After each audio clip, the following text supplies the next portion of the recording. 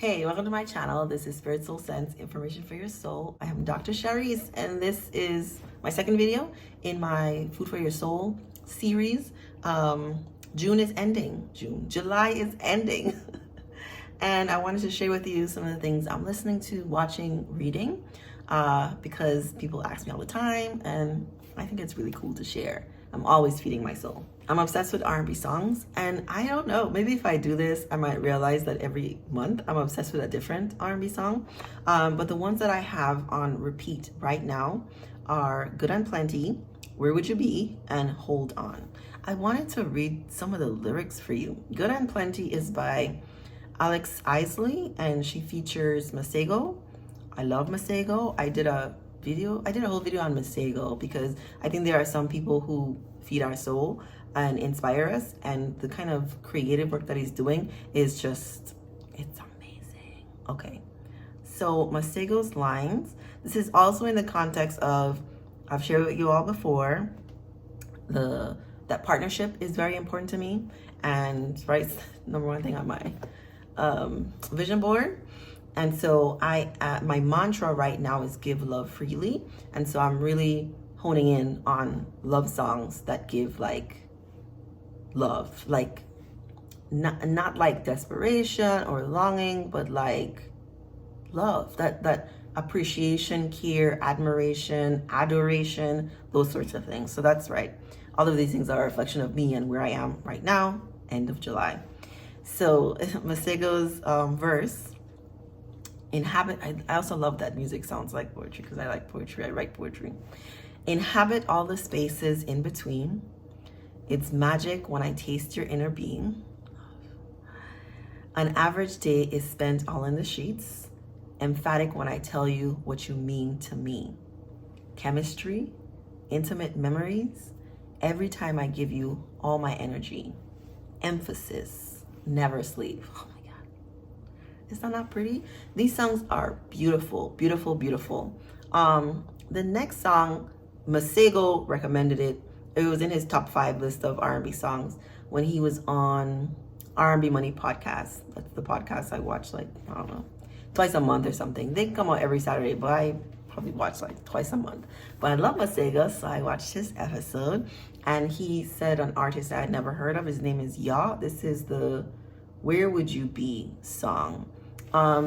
And it doesn't quite have, right, this is something that I think I started listening to last week. It doesn't quite have the love without longing part in it, because the lyrics are about a woman who wants him but doesn't really want him. But I see why Masego picked it, because the music, the instruments really play a major role in this. But part of his lyric is, now there's love on your lips, and there's locks in your hair, in your heart, in your mind. Sugar, you got it there. No great God in the heavens would surely agree that there is no other sister that's more worthy of me.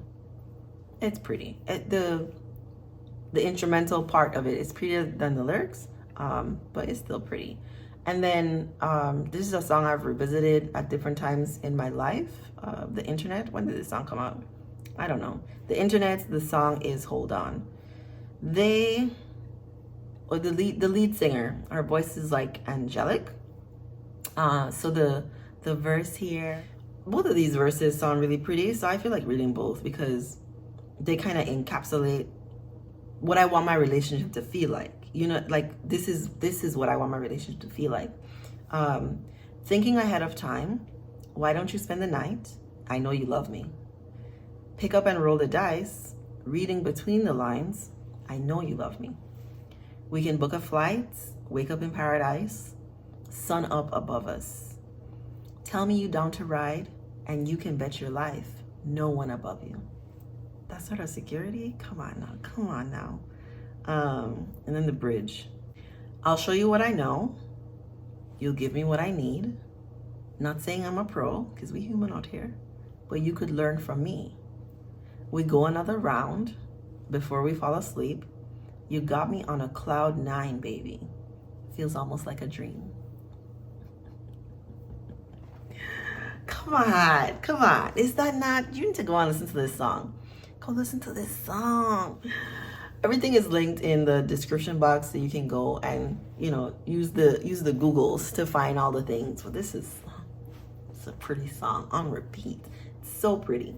Okay, what am I reading? I just finished Ken Honda's book, Happy Money. The description for this book is it teaches you how to achieve peace of mind when it comes to money.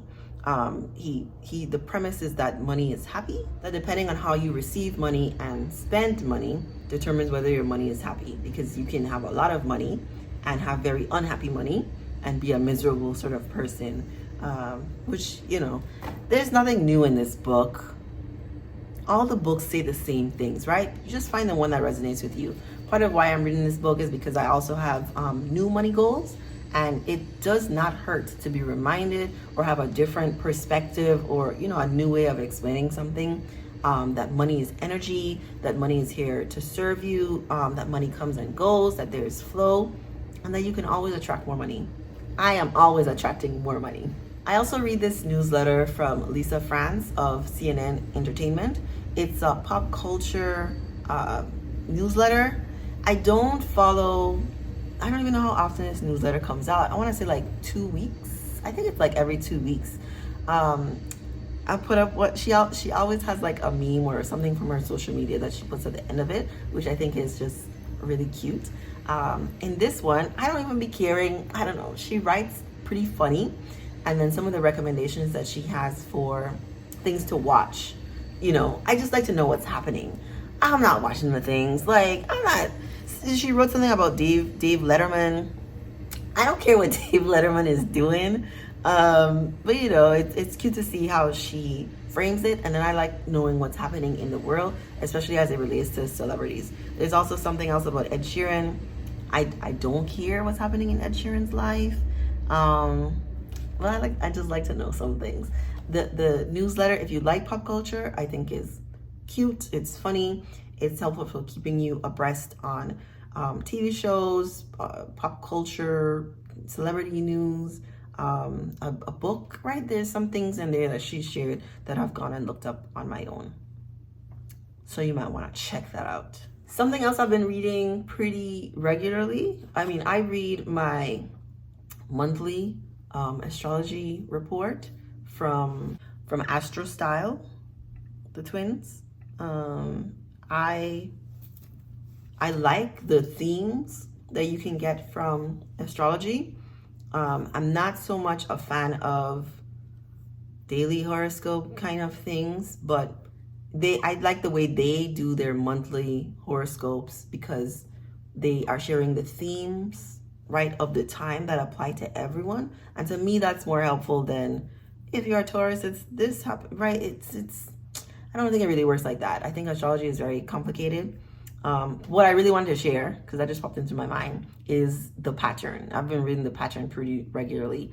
It's an app. They say it's customized. They use your birth chart. It's customized, in-depth insights into various personality traits with an informative breakdown of notable cycles you may be experiencing at any point in time, past, present, and future. They've updated their app, so there's this like jump to the future thing that I'm not. I tried. I looked. I'm like, this don't make no sense. This don't make no sense.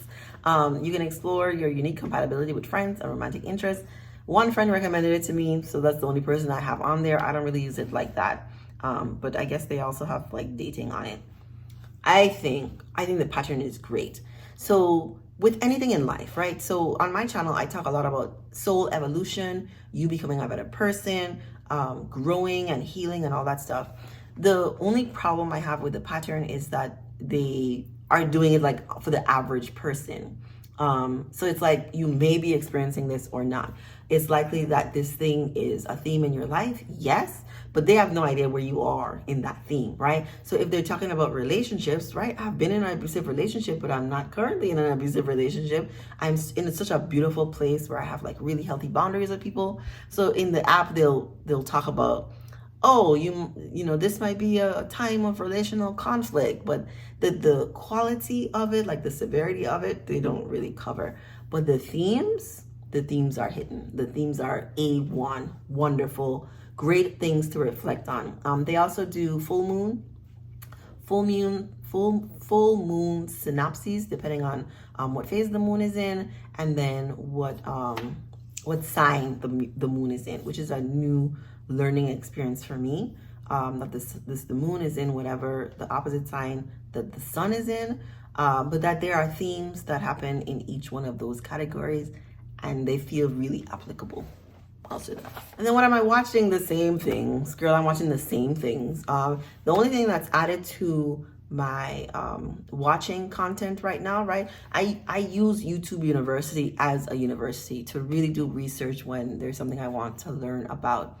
I want to be married, and so preparing for marriage, I am just consuming a ton of information on marriage. What makes a happy marriage? What makes a successful marriage? What are these people who are happy and healthy in 20 plus years marriages doing? What kind of questions are people asking before they even get married?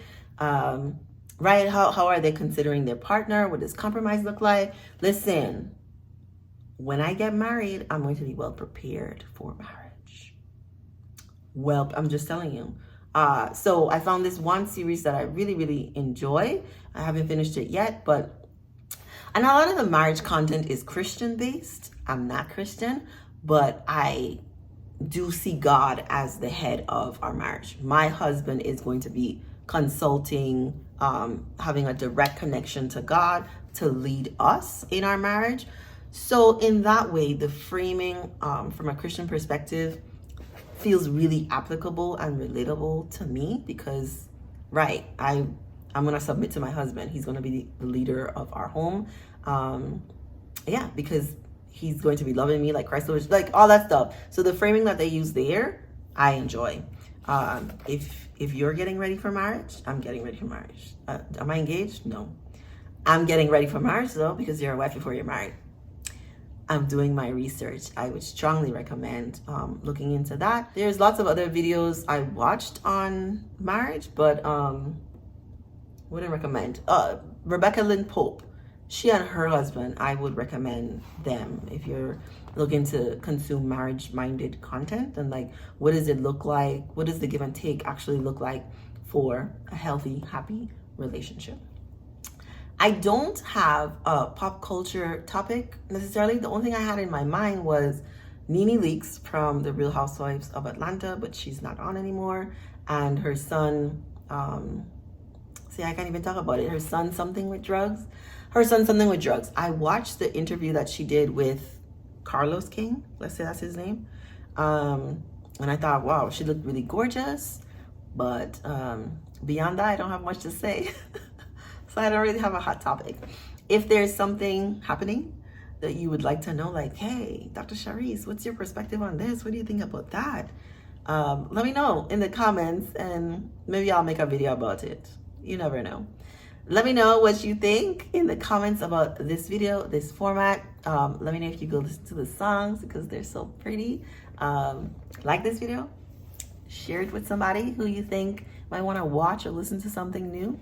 And thank you for watching.